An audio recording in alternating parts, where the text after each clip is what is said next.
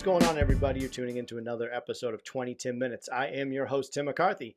Today we have on hosts of the Knockin Doorz Down Podcast, Jason LaChance. Jason, how the hell are you? I am awesome, my brother, and cool to finally be talking with you. We've only talked about this for like 2 years or some shit, so. For real, you were like one of the first early people. Anyone listening, this is one of my other Twitter, Instagram friends. You know what's funny too? I was still into it and I couldn't really figure out who was who, and we talked on Twitter. And then you followed me on Instagram, and I sent you the same pretty much message on Instagram. And you're like, yeah, dude, we talked on Twitter. I was like, holy shit, we did. That's how bad I am with like stuff like that, but that's wicked funny. Yeah, something always comes up, and we had to reschedule or it didn't work out. But I'm glad we're finally here today. I was just on Jason's show, had a blast. Don't know when it's coming out, but listen to that one after this if you listen to this one first, or vice versa. Yeah, hey, both. Subscribe to both. If this is first time for either, subscribe. Yeah. Or you can just play them both at the same time. It would be like, what is it?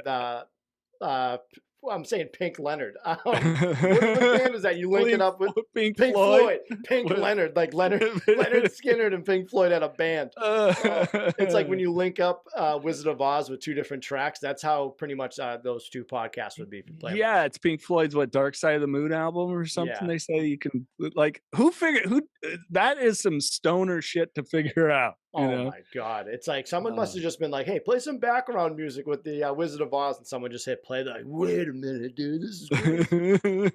Oh my God. I usually do this with all my guests. What does mental health mean to you? Really it's just one of my big sayings, like when working with people now, doing a little more sponsor work, no outside solutions to inside problems. It's really just checking my stuff daily, as you know from our talks, alcoholic. I tried a vast majority of the drugs, never injected anything, no psychedelics or anything like that, but kind of, yeah, for the most part, pretty much everything else except for I think heroin and of course fentanyl out there. Yeah. So through that and my childhood sexual trauma that included early exposure to porn. It's like, these are just the things I have to keep in check. There is no outside solution to that internal problem of mine. That these things are there, I got to check them. I got to maintain me. Otherwise, addicts were sneaky. We can get away with shit. And I had to accept that about myself. So, for me, it's just really about doing those self-checks. Like, am I being genuine? Am I being authentic? When I'm down, am I communicating that to my special people, my kids, my girlfriend? We all live together. My coworkers, because I swing from anxiety and depression. Anxiety is pretty much a daily thing. Never knew I had it until I got clean and sober. Yeah, it's like, oh, what is this thing? Oh, I have anxiety. And really, being a service to others, like talking with you on here, my pod, the work that I do with nonprofit work, that's my primary income, great organization called Parents and Addicts in Need. So, it's kind of a checklist for me of things, it's not a short answer. And as long as I'm doing my best every day to kind of hit some of those things that are in conjunction with my values, then I think I'm taking care of my mental health pretty good, You got to check yourself before you wreck yourself, sir. Absolutely. Chickadee check yourself. Yep, exactly. Let's start off with the podcast. What's the story behind Knockin Doorz Down and Knockin Doorz Down Media? All right. So quick story. Carlos Vieira, he's a gentleman here, philanthropist. His family does very well in the sweet potato industry in Central California. He had a cocaine addiction. He got clean, and we became buddies, friends now after he had gotten clean and started racing stock cars. I come from a long line of motorsports in my family, and bumped into him at the store, said, hey, I'm going to write, I got something going on. I'll get a hold of you in 30 days time, 3 hours later. All right. So I'm writing my book. I think a podcast would be a really great supplemental thing for it. I know you're doing podcasts, just for fun. What do you think about doing this one? Just talking about people turning their adversities into their advantages. And I was like, all right, let's do it. And that's literally how it came together. looking back at it, it's such an honor because I was the only person that he really had a lot of trust in to accept, hey, I can't do this podcast, but I think you can really have the voice of what I want to get across here. And Carlos does so much in our community. He's got his own foundation, free programs for kids to do after school stuff, staying out of gangs, off the streets, away from drugs. Um, Families with children with autism, which my son has Asperger's autism spectrum. I mean, just direct scholarships to really help these families with so many costs adding up. And then another scholarship for teens going on to post-secondary school that either they themselves are affected by mental health, someone in their family, or they're already doing something in their school to help others. And so it's really like a beautiful thing. Like somehow, how did I end up being a part of this stuff? The nonprofit I work for now was the 2021 nonprofit of the year. I still help with the Carlos Vieira Foundation is the 2022 nonprofit of the year. These are both for the state of California. And somehow I ended up in this shit. And all I had to do was get sober, which sounds simple. Did you know who Carlos was when you saw him? Oh, yeah. Weird thing. He came into the radio station that I worked at the time. And he was there for an interview. And Cool. that's literally how it started. So Now, it was at the grocery store. What aisle did you find him in? feminine hygiene. Okay. That's how I need all my guys. That's right. That's where we always bump in. Hey, if you're a good partner, you have shopped in that aisle. Trust me. Exactly. No, I like canned goods or something, but we kind of followed each other throughout the store. Like, hey, Oh, your shopping neighbor that you always see when you go down the aisles. Yeah, that's always fun. Yeah. So yeah, I mean, our like I said, he came into the radio station, this 14 years ago. And we just kind of became buddies and kept in touch. And he started the 5150 energy drink, which in his book, he outlines the last time he got arrested when he finally got clean that night because he's running around high on coke, knocking on doors. Literally, that's how he was listening to Pimp C's Knockin Doorz Down. So he thought it was a good idea to go knock on everybody's door in the neighborhood. And he got a 5150. Thus, he had the energy drink, the lifestyle brand, and then the book Knockin Doorz Down. Oh, awesome. Yeah, Knockin Doorz Down. Very underrated podcast, my friend. I feel like I told you, it's out there. It's one of the greats. What are some of the guests that you've had on? I know you've had like Bam Margera on. Yeah, you've had Ric Flair on. What are some other big names that you had? Charlie Sheen twice. Kat Von D. Kurt Angle's been on. Kelly Osbourne. She was such a blast. What a beautiful person. Oh, really? Yeah, she was great. We went. She came to do the interview, and her sponsor came with her, and she was just like, yeah, my management told me I needed to come talk to you. And we were the first person she spoke to after her relapse. And just beautiful. We went and ate dinner with her afterwards and couldn't have said just more good things about her. Hilarious. Oh my God. My mom was like, I love her, but she says the F word too much in the podcast. And so I made an edited version for my mom. Oh, that's awesome. Yeah, I gave her a special URL for it. So God, there's so many wonderful. Caitlyn Jenner was one of the early ones, I was really interested in gender dysphoria due to seeing it in my own households going on right now with one of my children. And beautiful person. I mean, we sat and rapped out about motorsports and all kinds of stuff after. And it's been a hell of a journey. Some beautiful people. One of my favorites still has become a mentor, though, more known in the mental health and addiction community, is a guy named Dr. Rob Kelly. If you haven't talked to him, I recommend it. What a beautiful man and crazy story of addiction to now helping so many people. It's fantastic. Kelly Osbourne has a great accent. Oh, yeah. Oh, it was so cute. Tim, I got to tell you, nobody saying fuck so much sounded so cute. It's like, I even told her, I'm like, I know your parents just let it fly, but coming out of you, I'm like, it's really cute. And she just got a giggle out of it. And she's like, yeah, my boyfriend says I say it too much too. And I was like, you go ahead, Kelly. Now you said you dealt with anxiety. How would you explain anxiety to somebody? Because I feel like everyone has their own little like explanation for it. What is yours? Well, for me, it tends to be morning. Sometimes it'll linger. I don't know about you, but when in the morning and I just wake up, I'm out of breath. My chest is pounding. I get immediately overwhelmed by the day, and my mind will run through the checklist of everything I got to do. But it doesn't just run through the completed list, it runs through the start to finish of each task. Yeah. So that's kind of for me where it goes, and it really shuts me down. And that's why I get swings from anxiety to depression. Oftentimes, the anxiety hangover is very real. I don't know. Do you have them? Like after you get bad anxiety, that like afterwards you just feel really disconnected, lethargic.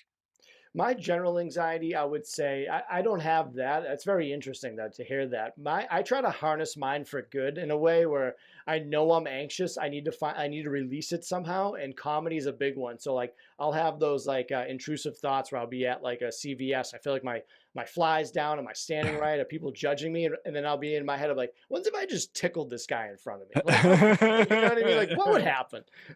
So I try to harness it a little bit for good, and it's not easy whatsoever. But no, explain that like the hangover. Yeah, so for me, just at the end when the anxiety subsides, because I'll have it where it can go on for hours. I've done many interviews. I had someone ask me like, "How would I know if you're having anxiety?" I'm like, go through this episode on Knockin Doorz Down. I think Kat Von D, I had it real bad that morning, and we went to her house. Big fan of her work, her Yep. tattoo work, and her husband, Rafael Reyes of Prayers. I'm a big fan of his band and what he does. And so I was like, whatever in my head, like, oh, this is gonna be terrible. These people aren't gonna really want to, talk to me. Yeah. And I've had it where it'll run throughout, but when it subsides, it's it literally has a lot of similarities to me from alcohol hangover. I can get headaches, disorientated, drowsy. I mean, there's a multitude. Just sometimes I have to take a nap. I'll take a pillow, put it on my chest, hug the shit out of it, and I just got to take a nap. That's what I do, man. I always well, my cats always jump on my chest, so it's kind of like a defect for them. But no, I know exactly what you mean, man. Yeah. See, so it's just something I live with, but I never knew I had it really till I got clean. Yeah. Man, I'd had that since I was a kid. Yeah, I'm always anxious before all of my interviews. I can relate to that where I'm like, this is going to be bad. Not in a sense of like my guest is bad. It's like, do I have enough notes? Am I have enough talking points? Am I doing like I just go down the whole list. I know how it is. Before we get into your addiction with depression, how do you cope with that? What are some coping mechanisms for you? Are you medicated? What do you do? Yeah, I did actually just start taking Wellbutrin. I hadn't been on medication since I was about 19. I just turned 43, but beautiful lady in my life, the encouragement, like literally, she was like, "If you had a heart issue, would you take medication?" Yeah, but that's my heart. She goes, "Yeah, but this is your brain." And I Yeah. was like, "Shit." So I did start taking it, and it's been almost a month. Um, Nice. so I am noticing, more of a anxiety still there, but I'm not swinging into the depression that I would feel usually at night. Was when I was feeling most depression. Being a lot more productive now too. So for me, again, not a doctor here, people, but Nope. for me, I am finding a good result, a very low dose, and I work closely in communicating with my doctor because I do have some other issues. And my urologist, yeah, the PP doctor, Mhm. believes that I've had low testosterone ever since puberty. So I do also take testosterone injections. Again, working closely with my doctor, his advisement, because they did blood work, Tim, and they're like, "Man, you got the testosterone of a 70-year-old man." I'm like, "Well, can it be Ric Flair's testosterone? Because Yeah, that guy's still seriously. going." So yeah, so those two things. Um, Big part of just recovery for me in general, mental health, getting out, connecting with nature, and connecting with people that matter. So those two things really help. Like um, when I was in my addiction, I was not checking in with anyone. There was people willing to help me, but not me being there for others. So lately, I found, hey, I'm being more for people and just showing up. One of my best friends' mom passed. Just showing up, we worked together in radio this morning, went by, just checked in with them. So those things like really help me. That fellowship is incredibly important. Fuck depression. What are some other things that make you happy? Oh man, chilling with my kids when I get them going. Last night my girlfriend and I we got onto ASMR, and so it's almost like she's like, "You need to do stand up," because I was doing this. All right, now everything's good. You're feeling good. You're feeling good. Now you want to show Jason your boobs. Show him your so it just had her cracking up, man. I love laughter. Big motorsports guy, chilling out on the weekend, catching my F1, my IndyCar, my NASCAR here and there, stuff like that. Build Legos. I'm a Lego fanatic, so it's too expensive now, but yeah, stuff like that. Just my people, connecting with them, man. That's like where I find the most joy. Solo stuff. I get out, go to the gun range, archery range, jump on my mountain bike.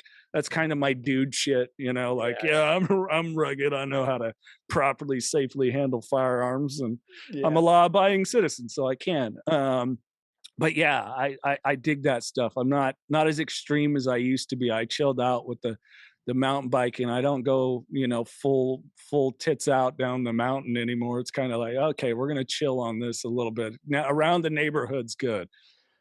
Would you rather take a football to the nose or step on a Lego?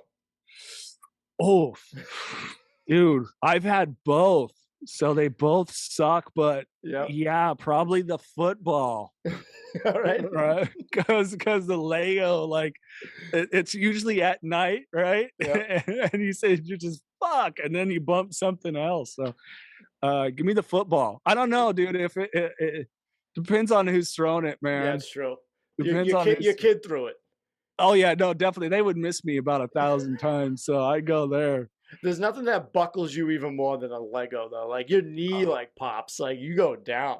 Oh yeah, dude. Like I'm not. We're both pro wrestling fans. Yep. I'm not a big match guy at all. Like, it doesn't do it Same. for me. I don't like seeing people, but I've seen a couple where they'll pour out the Legos and the dude like does a backdrop or something. You're like, oh, okay, that I'm done right there. I'm gonna puke. Yeah, I dude, know what that's like. that's gnarly. Like I would rather see someone go through a table than go on a bunch of Legos. Oh yeah, dude, it's the shit, man. So you dealt with addiction for quite some time. How and when did that battle start? Um, the alcohol. I was a late bloomer with substances. I didn't really flashing back, I had my first drink at about 7, but it was like a sip of beer. But through high school, I was like the dude that got people home. They're too drunk or high. And because I grew up in a home of addiction. So it didn't really kick in for me, like even going out drinking till like 22, 23. And then I would say it took off oddly about that point where our brain matures about 26, 27. And yeah, it was full bore until about 5 years ago. So about 38, 39 So was you've been when I sober for really five started confronting. years? No, I'm Oh, continuously right now. I've been sober for almost 19 months. I had a fall off during the pandemic, a very sorry. short one, thank goodness. Yeah, but I learned a lot, dude. It helped me like, oh, I still got a boundary issue I have to confront here. Yeah. So yeah, it sucks, but I learned from it. Luckily, didn't decide to drive or, not that any addiction is good, but I couldn't imagine if I was a guy that was a heroin addict or a pill popper or whatever and got some fentanyl and was gone because of it. So I'm lucky enough that I was able to learn that lesson from it. But if you combine all of it, it's probably about a good 4.5 years of sobriety. How did it feel when you relapsed there? Um, Different than before because I had relapses. I had 2, 3 before. But it felt different because don't remember driving to the store to get the booze, and I was sober. It was almost like a sober blackout moment, and I've heard other addicts say this. Um, and I'm on the 3rd beer, and I reached out to 2 people, one who is now my sponsor, another one who is just a brilliant light in the recovery community, a guy named Tony Hoffman, really just a switched on, awesome, awesome person. And they are both there for me, and it solidified like that. Reach out, get help. There are people that were there. There's people that have done it same as you, worse than you, less than you, not judging. And these two guys, man, sponsor texting away with me like, dude, I'm gonna get to bed. Tony stayed up with me till like 4 a.m, if I remember correctly, and it was just Awesome. like wow, okay. I want to be there for people like that. So that felt different because that was never present. And the holy shit, I've got this big boundary issue, which plays into my other addiction, which is a sex and love, primarily pornography, which I was exposed to at about 6, 7 years old. And that lasted throughout my life, really, if you figure 6 to 41. So, take all those years of that being in my life. And that was the hardest thing because I really had to confront, due to being molested as a kid, that a lot of that was around insecurity. And that was my earliest escapism. Is it tough when you're out in public, and how annoying is it when people are like, "How come you're not drinking tonight? Why aren't you drinking?" um, yeah. No, because I'm kind of a wise ass like you Yeah, and yeah. snarky. And I go, well, I could, but guess what? You won't get home till about 7 o'clock. And I don't mean tomorrow morning. I mean a few days. Yep. And it looks like you got a ring on your finger. So fuck that. That's going to go out the door, And so people go, oh, okay. And I go, or I just don't drink. I've gotten to that point. Yeah. I don't, no, thank you. I don't drink. It's gotten more simple for me, but the people that press, they get the big story, and it's like, oh, you didn't expect to get 15 minutes of my time out of your question. Did you give any pushback when you tried to get help? I sat in denial. And I think, my parents knew, my family knew, but nobody really pushed on me any, because my dad going through it, and I think he really counseled them that it's like, he's gonna have to come to this on his own terms. Yeah. And I don't know if they sat in denial too, because there were times where, my dad and I go to a short track stock car race and he'd buy me a couple beers or whatever. Um, but yeah, I definitely, I was like, it's just kind of another coping thing till it wasn't. It became a dependency. I was no longer the guy going out, having a couple beers or with the guys or friends. It became the uh, reclusive, hiding it. Okay, my kids are asleep. I'll have a couple. No, then you wake up the next morning thinking, boy, I bought a 12 pack. Why is there a 30 pack also halfway empty? Yeah. So where it was dependency, that if it went through the end of the day, the DTs kicked in. So it became, yeah, it was my top priority. And once it was like, yeah, you better recognize that, because you're going to lose your kids, which I can't do. Mhm. That would be the death of me. And you're going to lose your job, which I've always been into broadcasting. At the time was just in radio, and I loved it. It's something I wanted to do and was interested since I was a kid. So it's like those two things that go away: the thing you love, the what you love the most, and the thing you love the most about yourself. You're going to lose them. And so it was really that confronting it. I was like the last year and a half of my radio career. Very interesting. Now, are you a sponsor to somebody? Yeah, I sponsor working with two people. It's kind of remote. Okay. But yeah. So What I is what's that about? Because I always wondered, like, what does a sponsor actually do for somebody? Like, obviously, like someone to talk to, but is there anything that like people don't really know? Yeah, for me, and I've had two really good ones, man. As a 12-step guy, it works for me. May not be everybody's path. I always recommend it. I think they should have a 12-step program in high schools that's just not targeted at any one thing, but really Yeah. just for life in general. The principles that Dr. Bob and Bill W. that they laid out is just brilliant. So for me, it's been doing what my sponsors did, taking me through the big book, highlighting different stuff, really learning how to kind of utilize the program in a non-selfish way of servitude. It's weird. It's like you're taking in all this stuff, but then you find yourself helping others more so with it, sharing your story seems to cut it in half for people. And the more you can divide that pie, it's like you think, oh, I don't know about you, Tim. I'm a big pizza guy. You buy a large, you only get so many slices. But the weird thing is when you share like the recovery with others, the pizza just gets bigger. Yeah. It's odd. It's like there's enough for everybody here. So kind of walking them through that, connecting them with other people for my sponsees. Just like one of them now, it's just, dude, you got to make your bed every day and send me a picture, making them accountable to somebody, like you can lie to yourself, but you're not going to lie to me until you start realizing that it's going to feel really bad if you keep lying to yourself. So, just those little things like that, the guy Tony Hoffman I was mentioning is like, you are going to brush your teeth 2 times a day and then tell me about it. It's like these weird little Yeah. like challenges that all of a sudden you're like, fuck, I didn't know how to take care of myself. I didn't love myself. Something as simple as brushing your teeth and not doing it is like, it's about self-care. And once you start to care about yourself, like the energy just changes with people. And so kind of helping them realize that like first year sucks. Second year is going to be really tough because that's when your brain's going to start getting a lot more clarity, and you're going to start taking in a lot more shit, and your boundaries are going to be pushed. Some people are going to have to go away. They just are. And it might be people that you love dearly. I've been through it. There's people I just, nope, not good for me. Not going to do it. Sorry. So yeah, that's kind of for me where I'm at with my guys. They're pretty early on in the process. You're pretty good an interviewee because you just knocked out like 2 more of my questions. So you're a professional, sir. That's great.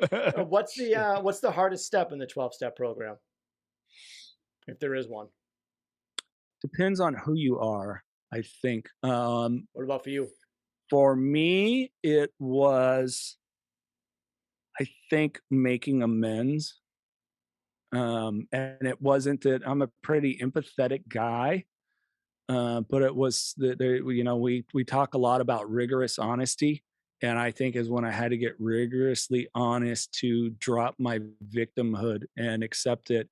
No matter what, there's certain people that deserve an apology, whether or not whatever they did to you, don't worry about that apology. And that was the tough thing for me to accept it. It's like, doesn't matter. It's about you making your amends where they need to be made. If it comes around, okay. If it doesn't, that's okay too. Those people are on their own path. Let them own their own thoughts and feelings. So I was like, 4-step work where you're writing it out and you got like 25 pages of stuff where you got to apologize to people, apologize to Susie for, not to be for having an orgasm, then leaving after, or whatever, Yeah. I mean, it could be that simple to, and I say that because I was always drunk in those situations and scenarios. Just to major stuff, to really letting people down. I never got so low that I was stealing from anyone, but definitely not showing up. My best friend, I missed his grandmother's funeral. Another one of my good friends missed his mom's funeral, and these were people that were there for me. Because I was too hungover. Apologizing to my dad because when his mom passed, I drove 4 hours and I was drinking the whole time, going to my grandma's funeral and hung over the next day where he wanted me to speak, and I spoke for like 10 seconds because I was so hungover. So, there's a lot of those things where it's like, yeah, you selfish dick, so yeah, it's just a part of it. But I think once you get through that and start to just wipe out your victimhood, man, you're in such a much better place. You're a strong human, man. I know we only known each other for quite some time, but I'm proud of you. Thank you. That's That not means a easy. lot. Yeah, man. Life isn't easy, and when you have those demons with you and to battle them and to practically almost win, like you had your setbacks, but you're winning, and Oh, that's all thank that you. matters in life, man. And not many people can do that, and you're out there trying to help them. So that just goes to show the type of character and person you are. I just want to make sure you knew that. Thank you. That really means a lot to me. More than you want to see. You want to get someone to cry. I'm a crier, man. I'm gonna hold it in. Yeah. I'll text you a picture later when I tell Cassandra, my girlfriend, that like Tim, he had me. Thank you, really seriously, brother. That means more than you know. And That's one of the reasons and things that I love about what you do, and I know that you have your struggles, but, I think you're really doing that. You're cutting it in half for people, and the you're just helping the pizza pie get bigger for them, man. I love pizza. Right? Oh, yeah, some sausage, a little pepperoni, some olives. Damn it, alright. Yeah, seriously. I'm flying out there because I heard Boston pizza is badass. A buddy of mine, Matt Gannum, that lives out there, Aftermath Treatment Center, good guy for you maybe to talk to, but, Yeah. yeah, he's like, "Pizza's bomb out here." I'm like, "Shit, I gotta get out there." Yeah, the Northeast knows how to make that pizza. Connecticut's underrated. New York's like what you get, but Yeah. Boston pizza's really good. You get a lot of like Greek pizza, which is like kind of thin, good cheese, good sauce mix. Mm. I'll tell you what pizza I can't mess with is deep dish from Chicago. It's like if it's like eating a meal, and I Yeah. don't want that.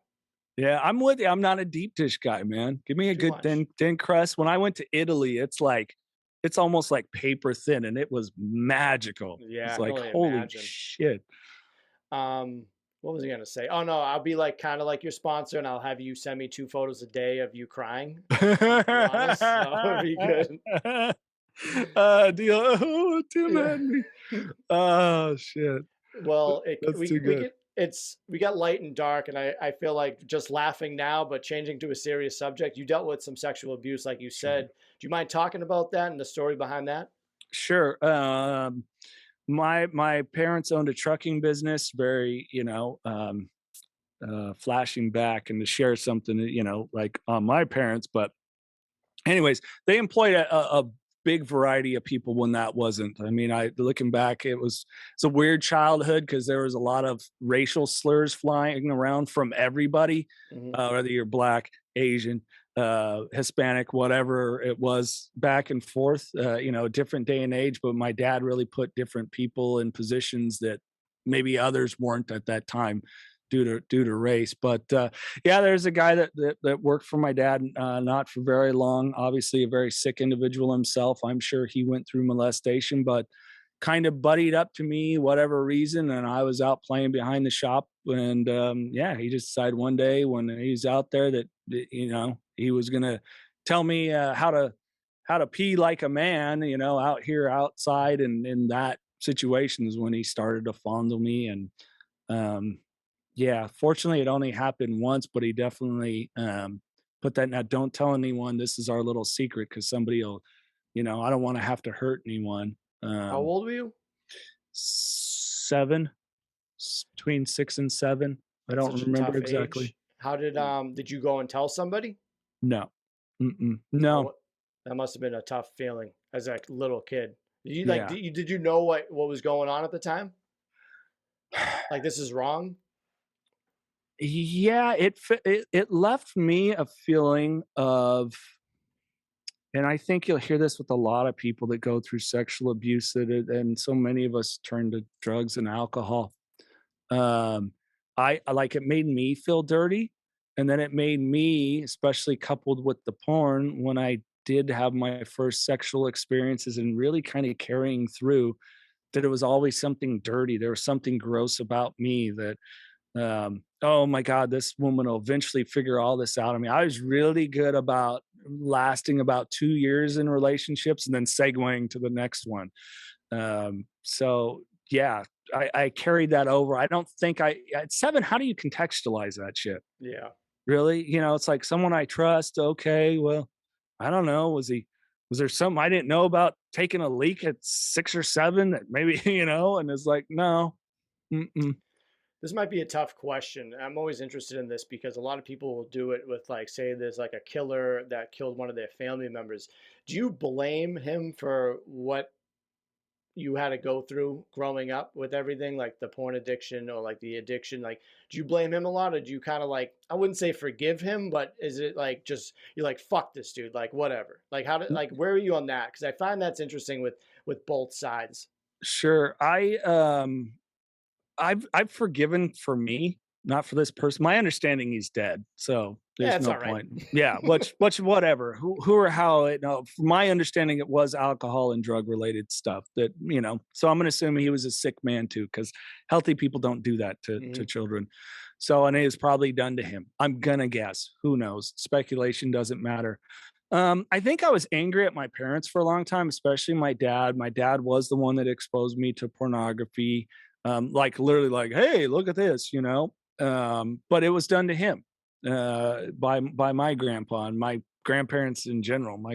I loved my grandparents, my maternal grandparents, but they were pieces of work, especially as parents. There's those people is like, holy shit, you know, my dad, I look at him now, over 20 years sober, such a beautiful man for what he's been able to turn around.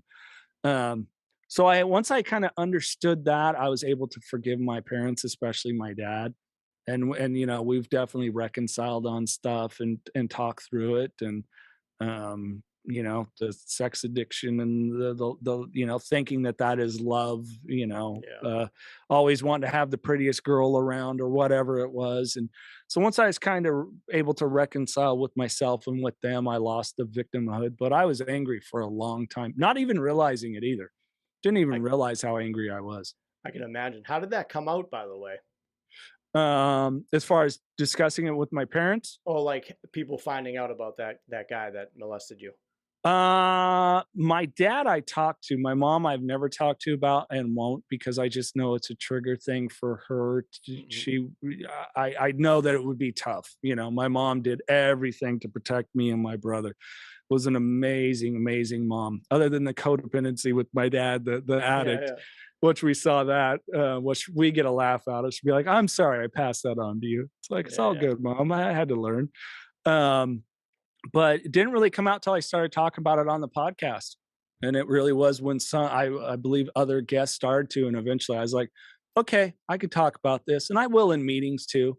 You know, if it comes up or us, you know, if there's like a sidebar, somebody wants to talk to me, I'll throw it out there because, you know, but we don't need to feel ashamed of that.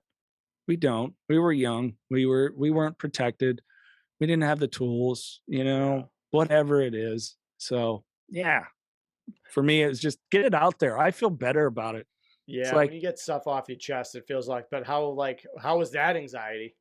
um, it just flew out, man. I'm trying to remember who it was that we were talking to. I think it was another gentleman who struggled with porn addiction and went through it. And I just said, yeah, me too, but it was a guy, not a woman. Him, it was a like a babysitter that was very verbally and physically abusive as well. I was like, how shitty was that? Like, just like hide all this and you know, would bathe him. Like he would come home from school and she would just bathe him and like overly, you know, Yeah. fondle him everywhere. It's like, well, you know, no, you weren't paid to do this. So I just threw it out there and it was like, whoa, that came out, you know, and all right, it's out there. So someone struggling with addiction or even something like that, what are some words of encouragement you can give someone? Seek help. There's not, you know, I think the biggest thing we can do is hold on to shame. Like the worst thing we can do, hold on to shame. Just talk to someone. I mean, you do therapy, I do therapy. Let's cut this stigma and this thing of judgment that just should go away. Talk it out. Maybe look for a support group, because so many continue to suffer, and it'll affect your relationships like a motherfucker. And I don't Mhm. just mean, you know, the ones where, you know, your partner, be it a romantic one, but just in general, it can really start to affect stuff. For me, it was confronting it, getting out, helped finally establish some boundaries, like with myself. Like I wouldn't necessarily, I wasn't a cheater, but I would definitely, what's the word? You know, I would accept being flirted with, flirt back, all those things, you know, intrigue. I Yeah. definitely intrigue stuff for sure. Or, you know, when a relationship was going bad, coming near the end, would start some of that dialogue that I would know how to manipulate towards sexual conversation. But I also found people, they were looking to be fulfilled in that way, which is bullshit because it's empty. You aren't going to get fulfilled by anyone else. Trust me.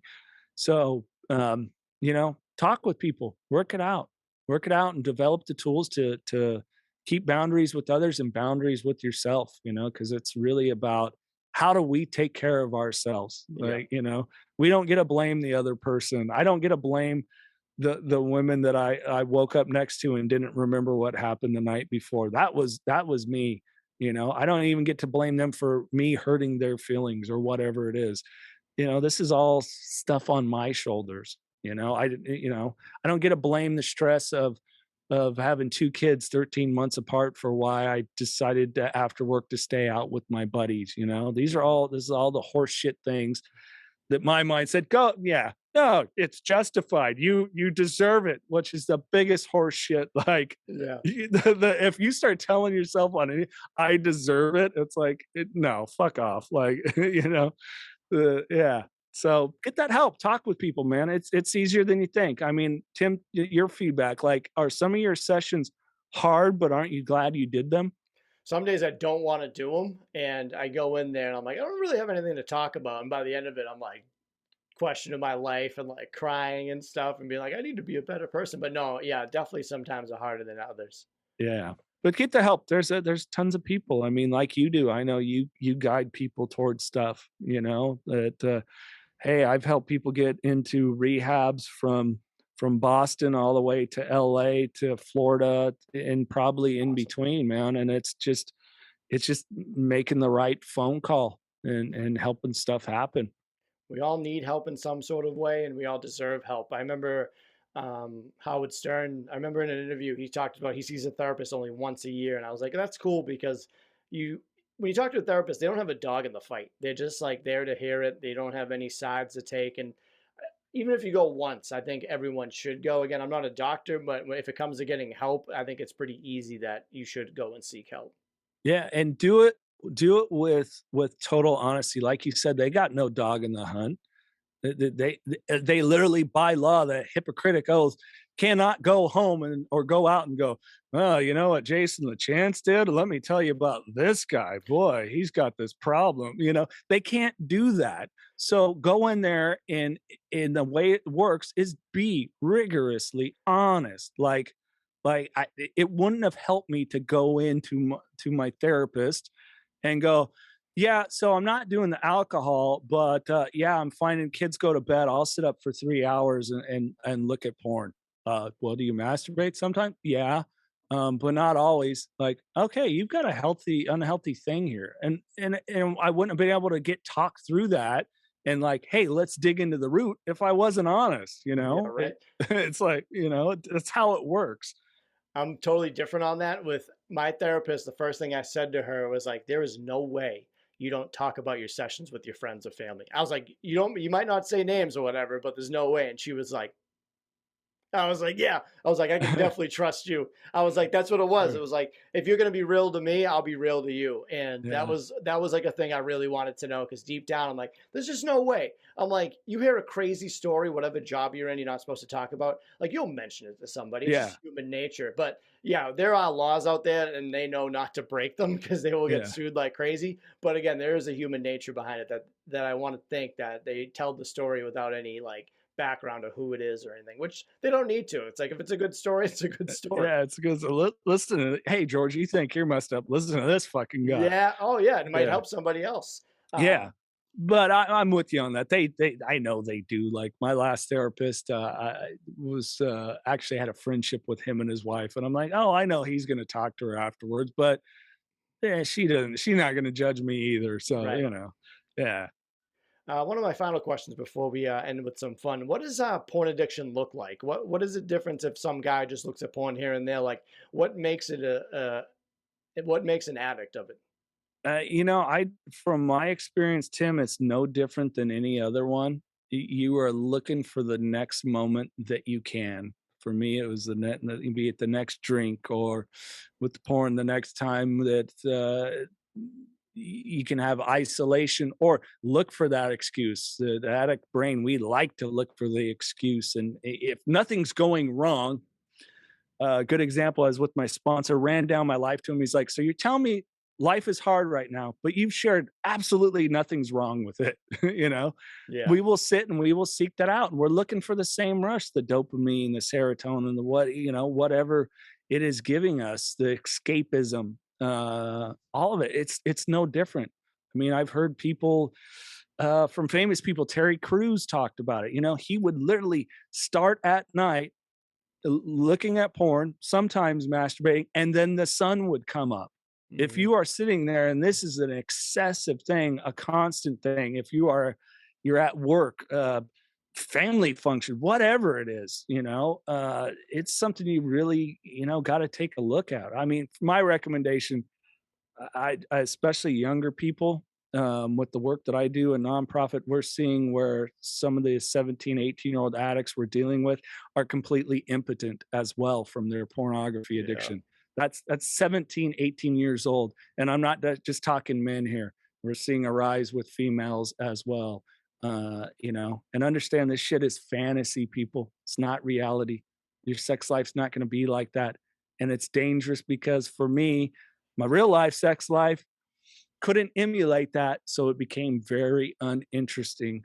And I definitely think I was probably on that verge of going out again, finding somebody at the bar, whatever it was, and having multiple people potentially. That was the one depth I never went to with my sexuality, where it's like, oh, I got Susie in this town, Yolanda in that town, and but it definitely could have gotten there, because I became less and less sensitive to it, and I had to ramp it up more and more. It was, when we're younger, oh my God, I saw a woman in a thong, boing, there you go. Yeah. Then it was the topless, and it's fully nude, and then by the end, you're like, wow, I watched 2 hours of people having an orgy. What the hell is wrong with me?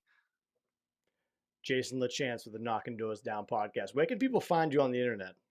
Knockin Doorz Down on Instagram, Facebook as well. Twitter is at KDD Media Company. And then if you want to find me, just search Jason LaChance. Of course, I follow Tim. So if you follow Tim, you can find me in that followers list on there. And yeah, don't hesitate to reach out. You got something you think I can lend value. I'm here to be of servitude to the best of my ability. And all the information is in the show notes. If you're watching on YouTube, you can clearly see where to find them. So that's the easy part. All right, let's have some fun. I'm going to Yeah. steal some of your questions, sir, because they were so good, and I didn't get to ask them to you because I was on your show. All right, WrestleMania. Who is your main event? Oh, and that's as anybody, right? Oh yeah, dead or alive? That's so tough. I would have liked to have seen Sting, and although I'm a big Shawn Michaels guy, Sting and Bret Hart in a Yeah, main dude. event in their prime, I think would have been just a tear it up, badass match. Yep. Now, if you were stranded on an island, sir, what movie and what album would you bring with you? I'm stealing these right from the uh, KDD podcast right now. Shit. Movie, it always swings, but the two that have had the most impact on me are Jaws and Star Wars. I would probably go Star Wars. Nice. Yeah, because it's very much the hero's journey. So it'd be like, all right, if I need to get off this island, hey, Luke went on the trench run. He Yeah. didn't use his targeting computer. I can, I can Tom Hanks this shit and get off this island. Music though, I'm a huge Prince fan and a huge Motley Crue fan. People always go, "Fucking really? They couldn't be any more different." Funny enough about Prince, I got into the Prince game a little bit too late. I don't know why, but that song, "My Name is Prince and I Am Funky," I Oh love that yeah, song so much. that album's dope. Yeah. I'm gonna go. I won't chicken out with the greatest hits. I'll go Prince's Purple Rain. I think that's one of the most brilliant albums ever. And I think Purple Rain it's a ballad, it's a rock Yep. song, it's everything. I think it's one of the greatest, pop songs ever written. I thought So you were I'll gonna go go. Purple Rain. I thought you were gonna go with "Now That's What I Call Hits 55." Right. Give me the 3 disc one. Yeah, because I was like, do I do that? Because Prince's Purple Rain and Motley Crue's Shout at the Devil were two albums that at like 6 years old had a huge Yeah. impact on me. Yeah. So That's great. yeah. Now let's switch back to a 20 minutes question. What would be your personal theme song then? Coming out to an Oh, arena, Jason LaChance comes out. What are we hearing? uh, Motley Crue's Primal Scream.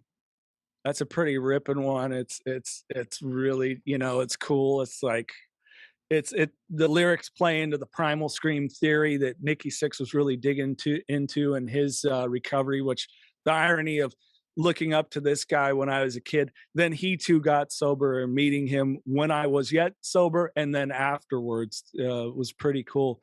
But yeah, it's just got like that big guitar part. Mick Mars, I think, is a genius on guitar, and the cool slide stuff. Tommy Lee's big drums, and these lyrics that are just like, don't let anybody bring you down. I think that'd be a pretty badass entrance song. I didn't think anything else of you with that. I thought that's a good pick. That's a good pick. Let's end with this. What are 3 things you're grateful for today, sir? Let me think. What did you think I was going to say, though? I don't know. I thought you were going to go with another Prince song. Oh, I can't think of one that would be, I don't know, Sexy Motherfucker. Come out to that, right? HBK guy. That would have been perfect. Oh, yeah. 3 things I'm grateful for. And you're wearing purple. And I'm wearing purple. Still my favorite color. Yeah. My sobriety. Genuine, authentic fellowship. And that includes like somebody, if they're going like, you're being a dick, that's good, genuine too, because if you have that trust with that person, you'll actually do a self-assessment of like, wow, am I? And then ask them, well, why, in what way? So that to me is incredibly valuable. And then, man, it just like, I never thought the third one, I never thought like a good home life for me would ever exist. I was never comfortable as a kid. After I moved out of the house, I moved frequently, changed roommates, whatever it was. I never stayed still, was never comfortable in my marriage. And now, like for the first time at 44, I have a home. I go home. It's safe. My girlfriend and I, just incredibly honest and open. My kids love being there, and getting the tears. Yeah. Okay. Yeah. There's a second one. Yeah, it's just like, I can actually say that. And I said that to Cassandra, my girlfriend. I was like, I'm home. Like I have a home. Yeah. And I just never thought I would feel that like safety, ever. And, man, when you have that, like people don't do anything to fuck that up. Yeah. You're very appreciative, and I'm appreciative of you, man. Yeah, likewise. You got the okay. All right. That's a win. Jason LaChance from the Knockin Doorz Down Podcast. Thank you so much for coming on. That has been another episode of 20-10 Minutes. Let's break the stigma by cracking a smile. I will see you soon.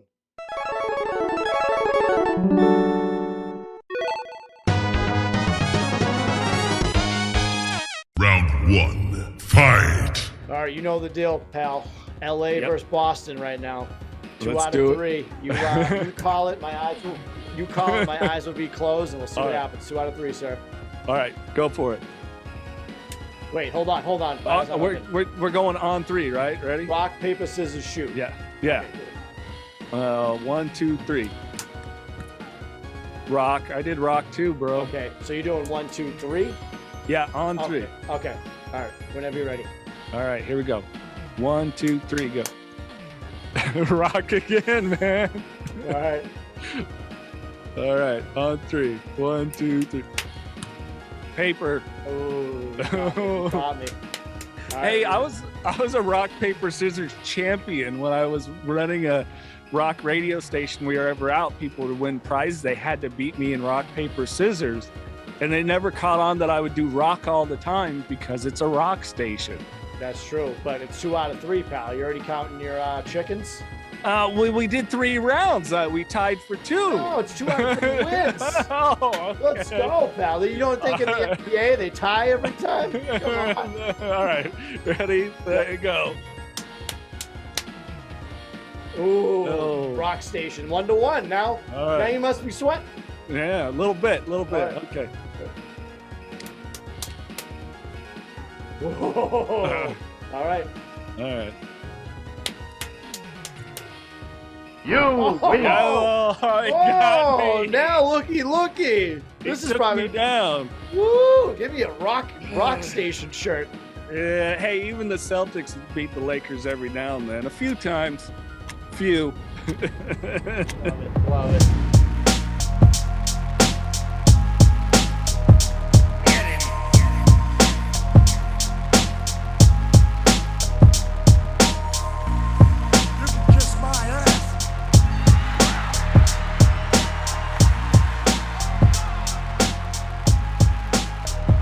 This podcast is not intended to be a substitute for professional medical advice, diagnosis, or treatment. Always seek the advice of your physician or other qualified health provider with any questions you may have regarding a medical condition. If you are feeling suicidal, please dial 911.